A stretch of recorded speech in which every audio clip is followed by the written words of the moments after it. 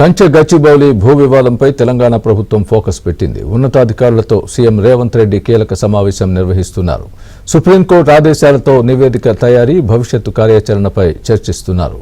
గచ్చిబౌలి భూ వివాదంపై రాజకీయ రగడ నెలకొన్న క్రమంలో ఈ భేటీకి ప్రాధాన్యత సంతరించుకుంది.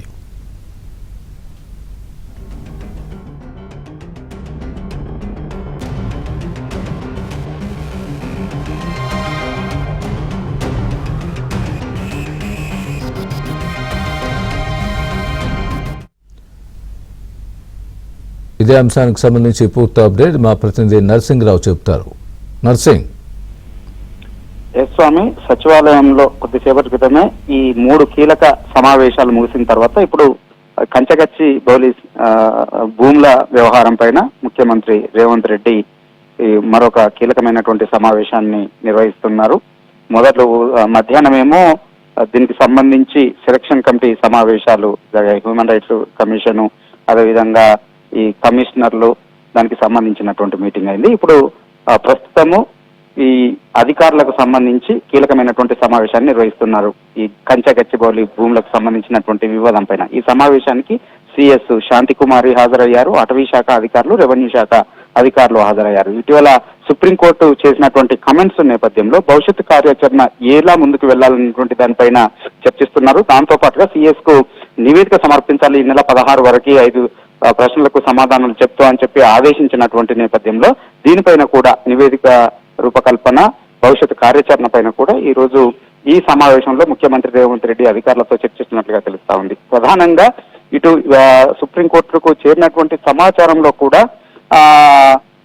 అదేవిధంగా సోషల్ మీడియాలో జరుగుతున్నటువంటి ప్రచారం పైన కూడా కొన్ని అనుమానాలని ప్రభుత్వం వైపు నుంచి అయితే వ్యక్తం అవుతా ఉన్నాయి.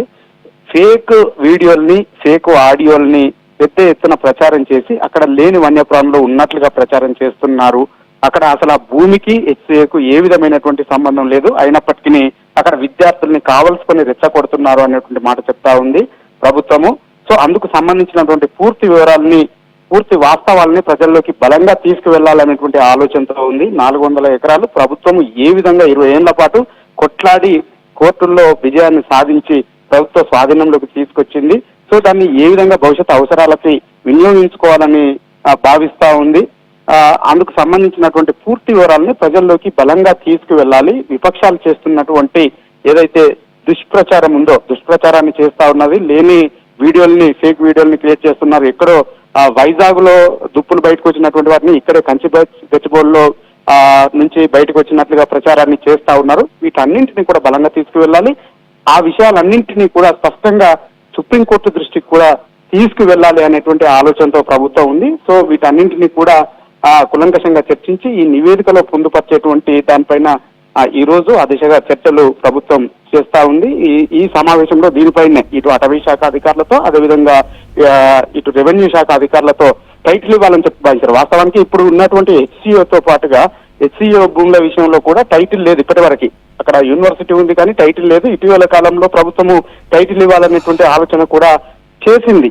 సో దానికి ప్రత్యామ్నాయంగా ఇప్పుడు కొత్తగా కొన్ని ప్రతిపాదనలు సిద్ధం చేసింది. అందుకు సంబంధించి హెచ్సికి సంబంధించిన వన్యప్రాణులు ఉన్నాయి, అక్కడ ఇబ్బంది పడుతుందని చెప్పి అక్కడే ఒక ఆందోళన వ్యక్తమవుతున్నటువంటి నేపథ్యంలో దాన్ని అంతటినీ కూడా ఒక ఎకో పార్క్ చేస్తే ఏ విధంగా ఉంటుంది, దాని కన్సల్టేషన్స్ కోసం అయితే ఇప్పుడు 3 మంత్రులతో ఒక కమిటీని ప్రభుత్వం ఏర్పాటు చేసింది. డిప్యూటీ సీఎం మల్లుబట్టి విక్రమార్క, అదేవిధంగా ఇటు రెవెన్యూ శాఖ మంత్రి, వీరితో ఒక 3 మంత్రులతో కమిటీని చేసింది. ఈ కమిటీ కన్సల్టేషన్స్ కూడా చేసి ఈ ఎకో పార్కు నిర్మాణం పైన ఇటు వన్యప్రాణులకి, ఇటు చెట్లకి, ఎవరికి కూడా అక్కడ ఇబ్బంది కలిగి ఉండేందుకు కన్సల్టేషన్స్ చేసే దిశగా కూడా ఆలోచన చేస్తుంది. వీటన్నింటినీ కూడా జనాల్లోకి బలంగా తీసుకువెళ్లడము, ఈ విషయాన్ని కోర్టు దృష్టికి కూడా తీసుకువెళ్లే ఆలోచన దిశగా ఈ రోజు ఈ సమావేశంలో చర్చలు చేస్తా ఉన్నారు ముఖ్యమంత్రి రేవంత్ రెడ్డి.